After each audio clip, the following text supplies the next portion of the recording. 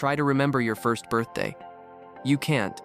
Somewhere in a drawer, or buried 3 folders deep in a phone you no longer own, there's probably a photo, cake smeared across your face. Relatives leaning in close, singing, clapping, someone's hand steadying a tiny paper hat that keeps sliding off your head. You've seen that photo so many times you could describe it with your eyes closed.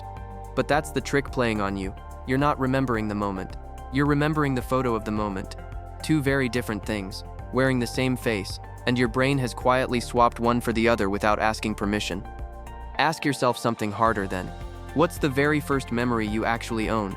Not a story someone told you at a family dinner, not a picture you've seen 100 times, but a real memory, lived from the inside, with no one else's voice narrating it for you. For most people, it doesn't show up until somewhere around age 3 or 4. Everything before that is simply gone, not blurry, not faded at the edges like an old photograph left too long in the sun. Gone, completely, as if it was never filed away in the first place. For a long time, scientists had a simple, tidy explanation for this. Babies' brains were too small, too undeveloped, too unfinished to hold on to memories in any lasting way. A baby was a blank slate, they said, and blank slates don't have anything to lose. Case closed, mystery solved, nothing more to explain.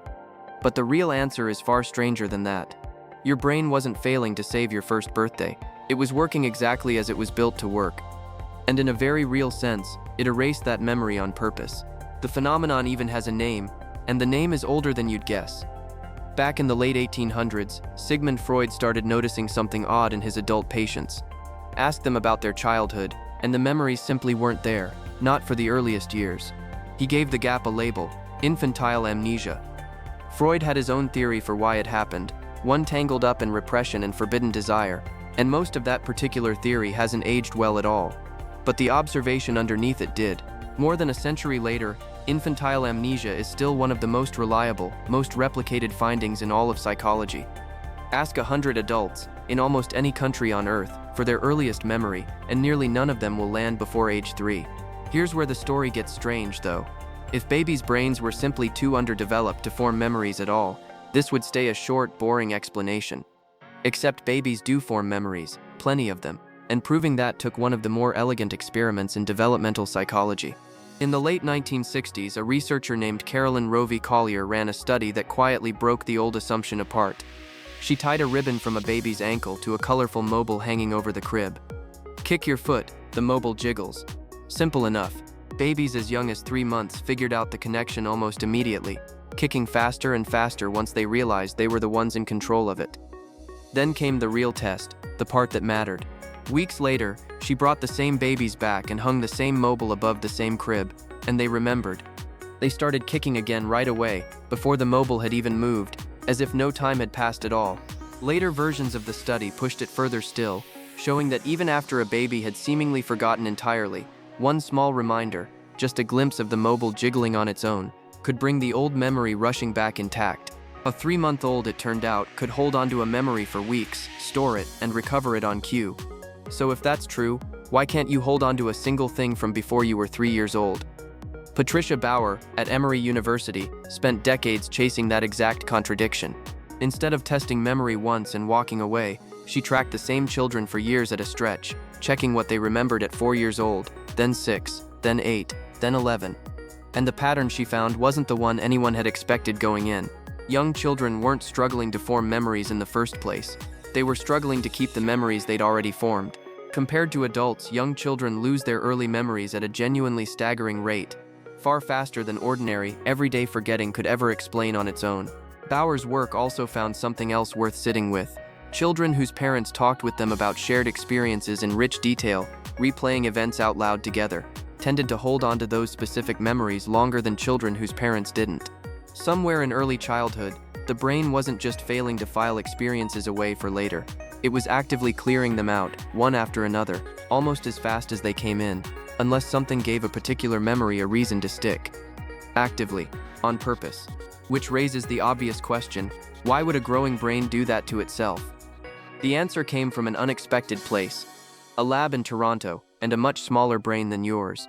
Researchers Paul Franklin and Sheena Jocelyn, working at the Hospital for Sick Children, were studying something called neurogenesis, the birth of brand new neurons, wired fresh into existing brain circuitry. Adult brains make very few of these. Infant brains make an enormous number of them, especially inside the hippocampus, the small curved structure deep in your brain responsible for stitching moments into memories you can later pull back out. And here's the twist that changes everything you just heard. A new neuron sliding into an existing memory circuit doesn't simply add on quietly, the way a new book slides onto an already full shelf. It threads itself directly into the wiring that was already there, and in doing so, it can knock loose the very connections a memory depended on in order to survive. To find out whether this was really the cause of infantile amnesia, and not just a coincidence sitting alongside it, Franklin and Jocelyn ran the experiment in mice, where the variable could be controlled directly. When they suppressed neurogenesis in young mice, artificially mimicking the slower, calmer neuron growth of an adult brain, the young mice remembered better, holding on to memories that infant mice should have completely lost. Then they ran it in reverse. When they boosted neurogenesis in fully adult mice, speeding their neuron growth back up to infant levels, those same adult mice started forgetting things they should have easily remembered. Same brain, same species, same lab, same tests. The only thing that changed, in either direction, was the rate at which new neurons were being built into the circuitry, and that alone was enough to make old memories vanish, or survive. That's the mechanism sitting quietly underneath your missing first birthday. Not a brain too weak to hold on. A brain so busy constructing itself, floor by floor, that it kept overwriting its own foundation before the paint on the lower levels had even dried. Here's the part that reframes everything. This isn't a flaw in the design. It's very likely the price of something else entirely, something far more valuable, in the long run, than a single birthday memory. Think about what a brain in its first 3 years is actually doing, underneath all that forgetting. It's not just sitting there, failing to record events like a broken camera left running. It's building the entire machinery required to have events in the first place. It's learning an entire language essentially from nothing. It's learning that objects still exist even when they slip out of view, a concept infants have to construct from scratch. Somewhere around 18 months, most children start recognizing themselves in a mirror for the first time, a small milestone that marks the early flicker of a stable sense of self. The understanding that the you from yesterday and the you right now are the same continuous person moving forward through time. Before that last piece locks into place, there's arguably no stable self for an early memory to even belong to yet. So instead of carefully preserving fragile, disconnected snapshots from a self that hadn't finished forming, the growing brain seems to prioritize something else entirely: raw construction speed, the capacity to learn an entire language, an entire physical world, an entire working sense of identity in roughly 36 months flat. Something has to give to make room for all of that. What gives, it turns out, is the archive. And here's the part that's still happening to you, right now, just far quieter than it once was. Your hippocampus never fully stops making new neurons. It slows down dramatically after early childhood, but it doesn't switch off completely, not even now, not even in full adulthood, which means some small muted version of that same trade-off, building versus keeping, is still quietly running in the background of your brain today. Ever wonder why a phone number you dialed every single day for years can vanish from memory the moment you stop needing it?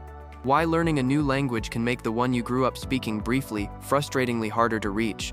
Why an intense stretch of learning, a new job, a new skill, a new city, can leave the years right before it feeling strangely thin in your memory, almost hazy compared to everything that came after?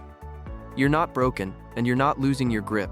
You're watching the exact same mechanism that erased your first birthday, still running at a smaller scale, still quietly deciding what your brain can afford to keep and what it needs to clear out to make room for whatever it's building next. It shows up in stranger corners of adult life too, once you know to look for it.